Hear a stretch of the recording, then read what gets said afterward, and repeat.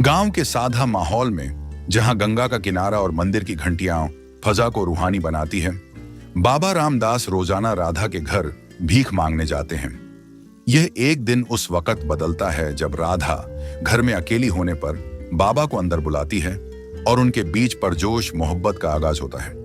यह गुप्त ताल्लुक धीरे धीरे गहरा होता है। जब घर खाली होता तो बाबा राधा की प्यास बुझाने आते हैं। दोनों फैसला करते हैं कि अपनी मोहब्बत को मुकम्मल करने के लिए गांव छोड़ दें। वे एक नई बस्ती कृष्णपुर में पहुंचते हैं, जहां वे एक साथ रहते हैं, लेकिन उनकी मोहब्बत को नई आजमाइश का सामना करना पड़ता है। बस्ती के मुखिया का बेटा विजय राधा पर आशिक हो जाता है और रात के वक्त उसे तंग करता है। राधा उसकी पेशकश ठुकरा देती है, जिससे नाराज होकर विजय गांव में झूठी अफवाह फैलाता है कि राधा ने उसे फंसाने की कोशिश की। पंचायत बुलाई जाती है, जहां बाबा राधा की तरफ से गवाही देते हैं कि वह उनकी महबूबा है। पंचायत राधा के हक में फैसला देती है और विजय की झूठी बात बेनकाब होती है। लेकिन विजय अपनी हवस में पागल होकर राधा पर हमला करता है। बाबा बर वक्त पहुंचकर राधा को बचाते हैं और विजय को भगा देते हैं। इस वाकये से तंग आकर बाबा और राधा कृष्णपुर छोड़ देते हैं और एक नई बस्ती शांतपुर में जा बसते हैं। वहां वे सुकून से जिंदगी गुजारते हैं, एक खानदान बनाते हैं और उनकी मोहब्बत मुकम्मल होती है। यह कहानी मोहब्बत, कुर्बानी और सामाजिक दबाव के दरमियान जद्दोजहद की एक ड्रामाई तस्वीर पेश करती है, जो हकीकत से दूर एक रोमानवी ख्वाब की तरह है। एक छोटे से गांव में, जहां दरियाए गंगा के किनारे पर सब्ज खेत लहराते थे और हवा में मंदिर की घंटियों की आवाज गूंजती थी, एक साधु रहता था। उसका नाम था बाबा रामदास। वह एक पुराने मंदिर के आकिब में एक झोपड़ी में रहता था, जहां वह दिन भर ध्यान करता और शाम को गांव में भीख मांगने निकलता। बाबा रामदास की उम्र लगभग 30 साल थी, लेकिन उसकी आंखों में एक ऐसी चमक थी जो दुनिया की हर चीज से बेनियाज नजर आती थी। उसने सुनहरी झलक वाली दाढ़ी रखी हुई थी और बदन पर सिर्फ एक खड़ी धोती। लोग उसे मुकद्दस मानते थे, क्योंकि वह कभी कभार लोगों की परेशानियां सुनकर उन्हें मशवरे देता और दुआएं करता। गांव में एक खूबसूरत लड़की रहती थी जिसका नाम था राधा। वह 18 साल की थी, कुंवारी और गांव की सबसे हसीन दोशीजा। उसकी आंखें काले हिरण जैसी थीं और बाल लंबे, स्याह और लहराते हुए। राधा के माता पिता किसान थे, जो दिन भर खेतों में काम करते और शाम को घर लौटते। राधा घर का काम संभालती, पानी भरती, खाना पकाती और अपने छोटे भाई की देखभाल करती। वह एक सादी जिंदगी जीती थी, लेकिन उसके दिल में एक अजीब सी बेचैनी थी। वह अक्सर दरियाए गंगा के किनारे बैठकर गुरूब आफताब देखती और सोचती कि जिंदगी में कुछ और भी है, कोई ऐसी मोहब्बत जो उसे दुनिया से अलग कर दे। एक दिन जब बाबा रामदास भीख मांगने गांव में घूम रहे थे, वह राधा के घर के सामने से गुजरे। राधा दरवाजे पर खड़ी थी, हाथ में एक थाली जिसमें रोटी और सब्जी थी। जैसे ही बाबा ने भगवान की जय कहा और भीख मांगी, राधा की नजर उसकी आंखों से टकराई। एक लम्हे के लिए दोनों खामोश हो गए। राधा ने थाली आगे बढ़ाई और कहा, बाबा जी, ये लीजिए। बाबा ने मुस्कुराकर लिया और चले गए। लेकिन उस दिन से कुछ बदल गया। बाबा को राधा की मासूम मुस्कान याद आती रहती और राधा को बाबा की आंखों की गहराई। अगले दिन से बाबा रोजाना राधा के घर भीख मांगने आने लगे। ये एक मामूल बन गया। शुरू में तो ये सिर्फ भीख थी, लेकिन धीरे धीरे बातें होने लगी। बाबा पूछते, बेटी, घर में सब खैरियत है? राधा जवाब देती, जी बाबा जी, आपकी दुआ से। एक दिन राधा ने हिम्मत करके पूछा, बाबा जी, आप क्यों साधु बने? क्या आपको भी कभी मोहब्बत हुई? बाबा मुस्कुराए और कहा, मोहब्बत तो भगवान से होती है बेटी, लेकिन कभी कभी भगवान इंसानी रूप में मिलता है। राधा की आंखों में एक चमक आई और बाबा के दिल में एक हलचल। वक्त गुजरता गया। बाबा को राधा से मोहब्बत हो गई। वह एक कुंवारी लड़की थी, मासूम और पाकीज़ा, लेकिन बाबा की आंखों में वह एक देवी नजर आती थी। वह रातों को उसके बारे में सोचते और दुआ करते कि यह जज्बा गलत ना हो। राधा भी बाबा की तरफ खींची चली आती थी। वह सोचती कि बाबा जी की आंखों में एक ऐसी रोशनी है जो उसे सुकून देती है। एक दिन राधा के माता पिता और भाई किसी शादी में गए हुए थे और वह घर पर अकेली थी। बारिश हो रही थी, आसमान गरज रहा था। बाबा भीगे हुए अपनी धोती से पानी टपकाते हुए भीख मांगने आए। राधा ने दरवाजा खोला और उन्हें देखते ही उनका दिल बैठ गया। बाबा जी, अंदर आइए, आप बारिश में भीग गए हैं। बाबा थोड़ा हिचकिचाए, लेकिन राधा ने उनका हाथ पकड़कर अंदर खींच लिया। घर खाली था। एक कमरे में सिर्फ एक पलंग और लालटेन जल रही थी। राधा ने बाबा को एक तौलिया दिया और कहा, अपने आप को सुखा लीजिए। बाबा ने तौलिया तो ले लिया, लेकिन उनकी नजर राधा पर ही टिकी थी। राधा की आंखों में एक अजीब सी लालसा थी। वह पास आई और बाबा के हाथ पकड़ लिए। बाबा जी, मुझे आपसे प्यार हो गया है। बाबा हैरान हुए, लेकिन उनके दिल में भी यही भावना थी। उन्होंने कहा, राधा, यह गलत है। मैं एक साधु हूं। लेकिन राधा ने अपनी उंगली उनके होठों पर रख दी और कहा, प्यार कभी गलत नहीं होता। उसी पल दोनों एक दूसरे के करीब आ गए। राधा बाबा से लिपट गई और उनसे प्रेम करने लगी। बाबा ने भी प्रतिरोध छोड़ दिया और राधा से प्रेम करने लगे। वे कमरे में पलंग पर बैठ गए, एक दूसरे को चूमने लगे, गले मिलने लगे। बाहर बारिश की गड़गड़ाहट की आवाज आ रही थी, लेकिन अंदर तूफान था। राधा का कुंवारा यौवन बाबा के आलिंगन में खिल उठा। उन्होंने एक दूसरे के शरीर को छुआ और महसूस किया। बाबा ने राधा की साड़ी खोली और उसके नंगे बदन को चूमा।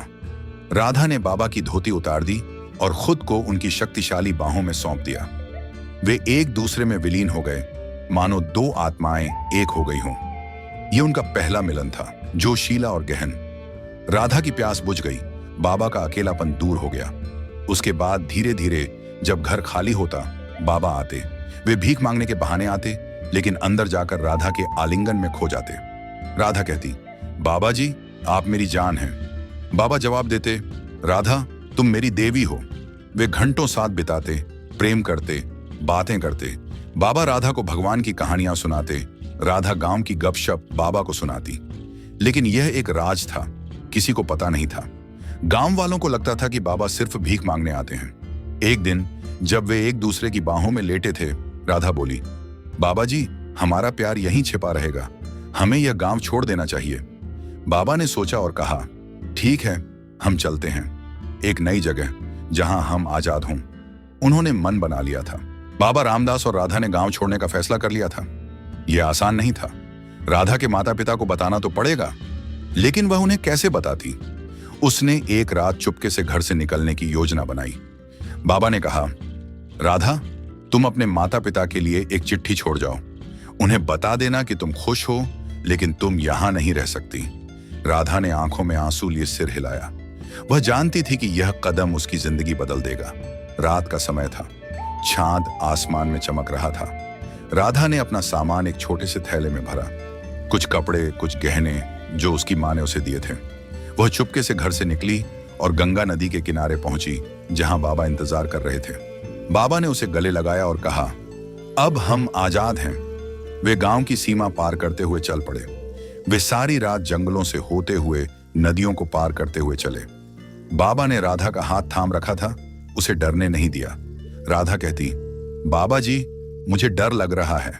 बाबा जवाब देते, प्यार में डर नहीं होता, बस विश्वास होता है। सफर लंबा था। वे कई दिनों तक चलते रहे। रास्ते में वे छोटे छोटे गांवों से गुजरे, जहां बाबा भीख मांगते और खाना लाते थे। एक दिन वे एक जंगल में पहुंचे, जहां उन्होंने शेर की दहाड़ सुनी। राधा डर गई, लेकिन बाबा ने एक जादुई मंत्र पढ़ा और शेर भाग गया। यह बाबा की आध्यात्मिक शक्ति थी। राधा ने पूछा, तुम ये कैसे कर लेते हो? बाबा ने कहा, यह ईश्वर की कृपा है। वे एक नदी के किनारे रुके, जहां उन्होंने स्नान किया और एक दूसरे के साथ समय बिताया। वहां एकांत में उनका प्रेम गहरा होता गया। बाबा राधा को चूमते, उसकी जवानी का एहसास करते। राधा को बाबा के आलिंगन में शांति मिलती। वह कहती, बाबा जी, यह यात्रा हमारे प्रेम की परीक्षा है। आखिरकार कई दिनों के बाद वे एक नई बस्ती में पहुंचे। ये बस्ती यमुना नदी के किनारे थी, जहां लोग खुशहाल थे। बस्ती का नाम था कृष्णपुर। वहां एक पुराना मंदिर था, जहां बाबा ने रहने की अनुमति मांगी। मंदिर के पुजारी ने इजाजत दे दी।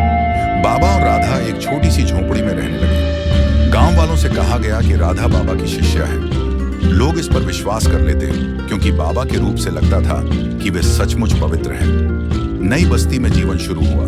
बाबा दिन भर मंदिर में बैठते, लोगों की बातें सुनते और उन्हें सलाह देते। राधा घर संभालती, खाना पकाती।